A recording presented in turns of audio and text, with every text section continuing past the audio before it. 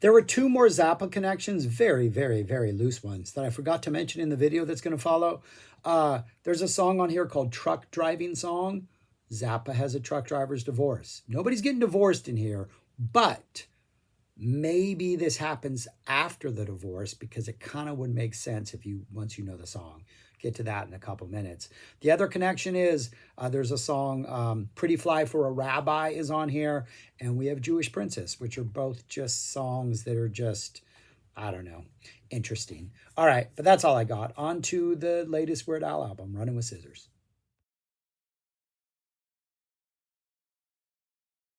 What's up, people? I'm Shaggy, the opinionated hippie, continuing my deep dive into Weird Al Yankovic's studio catalog.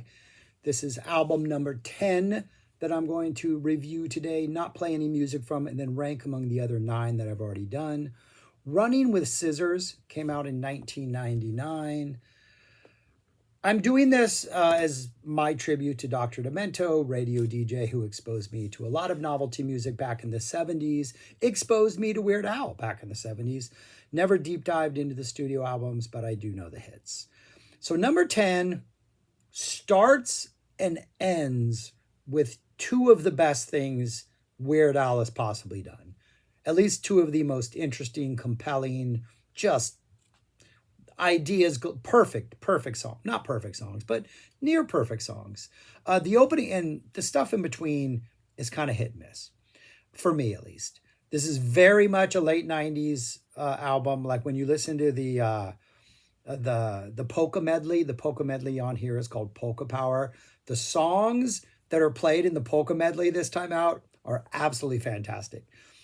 Spice Girls Wannabe, Flagpole Sitta, Harvey Danger, Ghetto Superstar, little ODB action plus others, Everybody, Backstreet's Back, Walking on the Sun, Smash Mouth, Intergalactic, Tub Thumping, awesome song, Ray of Light, little mid-period Madonna there, Push, Matchbox 20, Semi-Charmed Life, Dope Show, little Marilyn, Bop, pretty good song, Sex and Candy by Marcy's Playground, and which most of you probably forgot. I did not, and I have a story for that when we get to the song. And Closing Time, a popular song in bars still everywhere. But what a awesome little encapsulation of like late 90s songs the polka medley is this time out. But anyways, let's get back to the first and last song. The first song on here is The Saga Begins.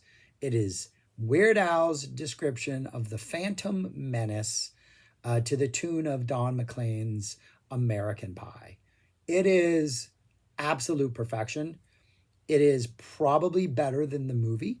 I'm going to say that this description of Phantom Menace is probably better than the Phantom Menace itself.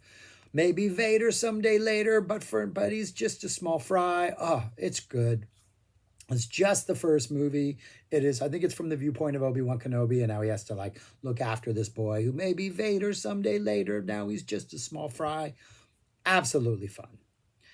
The closing track is a song called Albuquerque, which is 11 plus minutes long, and it's kind of like a Mojo Nixon type rocker in which like you have like talking in the verses, and then we drop into like a chorus or like singing in like the chorus, which I think this time is just Albuquerque, Albuquerque, because if you're ever in a bad place, you can always just go to Albuquerque. But it is this 11-minute sort of stream of consciousness tale in which Al's at home and his mom's feeding him sauerkraut, which she does every day until he's like 26 and a half. He hates sauerkraut, so he ends up leaving. He gets on an airplane, goes somewhere else. At one point in one of the verses, he goes to a donut shop, and we sort of have like a Monty Python cheese shop exchange where he keeps asking for stuff and they don't have it. And then finally they're like, oh, wait, no. And we get Monty Python's The Cheese Shop skit in a donut shop in the middle of the song. It's completely over the top. It's completely ridiculous. We come back to the sauerkraut at the end because that was the purpose of the whole thing. It is a pretty interesting and fascinating and at times funny 11 minutes. It is ridiculous at times, like all Weird Al Yankovic lyrics are, but it's pretty engaging and the music is pretty good and it captures a pretty unique vibe in rock history. But yeah, opener and closer, I recommend. Home runs. Without a doubt. We got 2 runs, no matter what. solo home runs, unfortunately. Don't know if anybody was on the bases when these happened, but they're good. They're good versions. The rest of the album, the second song, After the Saga Begins, opens it up just absolutely beautifully. We get My Baby's in Love with Eddie Vedder, a Zydeco-inspired song. Considering the use of accordion, you think you'd have more Zydeco in Weird Al. It's about his girlfriend who's in love with Eddie Vedder, and it's kind of about not really very many Pearl Jam references. It's more about how it must be hard to be a famous rock star when life is so easy and yet you're so mopey and grungy, and kind of making fun of Eddie Vedder's like overall persona. Get a Ticketmaster reference in here. Next up is the hit Pretty Fly for a Rabbi, which almost seems like a parody of a parody. Is not Pretty Fly for a White Guy the Offspring parodying themselves from like a decade earlier? Is it not already a parody of a parody? To take the Offspring seriously when they're dropping a song called Pretty Fly for a White Guy is hard to do for me. Orange County Band, man, they're from my hood, but not a big fan of that original song. A lot of Jewish references, you know. The Weird Al show theme, which is a bunch of weird cartoony nonsense lyrics for like a minute and 20 seconds or something like that. Interesting little theme song narration for a show that doesn't exist, or does it exist? I don't know. Jerry Springer is the name of the song. It's to 1 Week from BNL. Nothing to do with Weird Al, but if you have not seen, if you're a BNL fan, Bare Naked Ladies fan, or you're not a Bare Naked Ladies fan, and you're on YouTube, because you're probably watching this on YouTube, go search Community BNL, Bare Naked Ladies. The TV show Community has a nice little 1 minute, minute and a half section joking around with Bare Naked Ladies and the fact that some people call BNL one of the funniest things on TV ever. Highly recommend you go check that out. If I remember, I'll drop it in the comments or in the description, the link to that video. They have just that part on YouTube. Next up is Germs, sort of a Nine Inch Nails industrial rock thing. Goes on for too long. Isn't industrial enough. This is when you know that this is somebody, role-playing musical costumes. It doesn't sound industrial. It sounds like somebody making fun of industrial, but it's about germophobia. Doesn't really work. I think it could work if it was heavier and more musically germ-infested, if that's a thing. Then we get the polka medley. Oh, and I run a poetry slam here in San Antonio. Been doing it for a super long time. There is this guy who comes. He used to come. He hasn't been here in about probably since COVID. But he would come maybe once a year, older gentleman. And he claimed that he co-wrote the lyrics to Sex and Candy by Marcy's Playground. And that he would show up. And in the first round, it's a 3-round event. It's a competition. Give out cash at the end. Every time he comes, once a year, almost like clockwork. Maybe he didn't make it through COVID because he was older. That's morbid. He hasn't been back. And he would read the original lyrics to Sex and Candy by Marcy's Playground that he claimed were the original lyrics.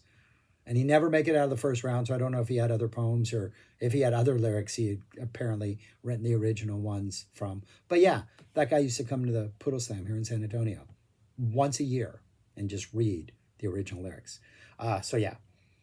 Polka Power comes next. Then we get a song called Your Horoscope for Today, which is like a straight up 90s ska.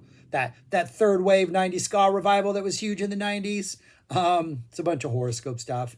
I think we get like Cancer and Virgo and Leos, and several of them we get their actual horoscope. It's silly, of course. It's all about the Pentiums. P. Diddy's in the news here, but this is when he was Puff Daddy. It's all about the Benjamins, bunch of computer jokes. Nice little line that made me laugh. You're just about as useless as JPEGs to Helen Keller. Oh, that was funny. Truck Driving Song, which is a country song, very, very, very country song with this low, deep country singer who loves to drive trucks while he's dressing up like a woman. And it's a bunch of jokes of a truck driver who dresses up like a woman. He's got to look out for his nails and his high heels and his mascara. It's a 90s joke. I'm just not sure anybody would even think this was funny in this day and age, right? I don't know. It's weird how far we've progressed. There's nothing offensive about it at all. Weird Al could write a super offensive song intentionally, and it probably wouldn't come across as offensive. That's how pure and clean Weird Al is. But it's interesting. Musically, it's fantastic. Sounds like an awesome little country song. Well done. We got a song called Grapefruit Riot, which is a Zoot Suit Riot by, when we had that 90s swing revival that was going on, Cherry Poppin' Daddies. It's about losing weight and eating right, and it's a grapefruit diet. Kind of a fun little swing number.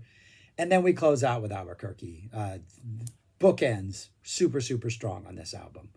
But really, the middle stuff, if you're going to check out this album, I think The Saga Begins, you have to start with. That's a phenomenal song. Albuquerque could test your patience, but I think it's a good ride, and I think there's enough jokes. And I think just that cheese shop, that Monty Python cheese shop verse, almost makes the whole thing worthwhile. He wraps it up with the sauerkraut at the end. Well done. I think the truck driving song is some good country music. I think that's pretty short, it's like 2 minutes, but not bad. Other than that, it's kind of pretty hit and miss with me. Nothing really inspired, nothing that I think. I might put the 1 week BNL thing on a playlist just because I think the 1 week original song is pretty good. But again, it's just a bunch of Jerry Springer stuff, you know, daytime trash TV, that kind of thing, exploiting people's problems for ratings. But yeah, not a bad album, definitely better than the ones at the bottom of my list. But if I were to rank it among the other 9 I've done, I would have it at number 6, right there in the middle. It's right above Yoda, the one that has Yoda on it, only because The Saga Begins and Albuquerque are really, really strong entries, I would say. None of it's bad. Like, I'm not a big ska fan, not a big 90s swing fan. I don't think the Nine Inch Nails stuff pulls off, so that's why I have it down at 6. The choice of songs and the stuff I do like the Nine Inch Nails stuff, I don't think he executes it very well. So, and I said in the previous video that he doesn't have flow. That was the one that had Amish Paradise, and I'm just like, that's kind of rough. But the BNL thing at the end, he has to go pretty fast on that. It turns out he kind of does have a little bit of flow. It works with the BNL, and I kind of thought for It's All About the Penniums, he kind of showed that maybe he can drop some bars if he absolutely had to. But yeah. But anyways, yeah, that's all I got. Let me know your thoughts on this album. If you go check out these songs, what you think of them, all that stuff. You know how it works. Subscribe, like, share, comment. And interesting. This is a very interesting deep dive. So we'll continue on. We've got a couple more albums to go. But all right. Thanks for watching. Peace. Talk to you later.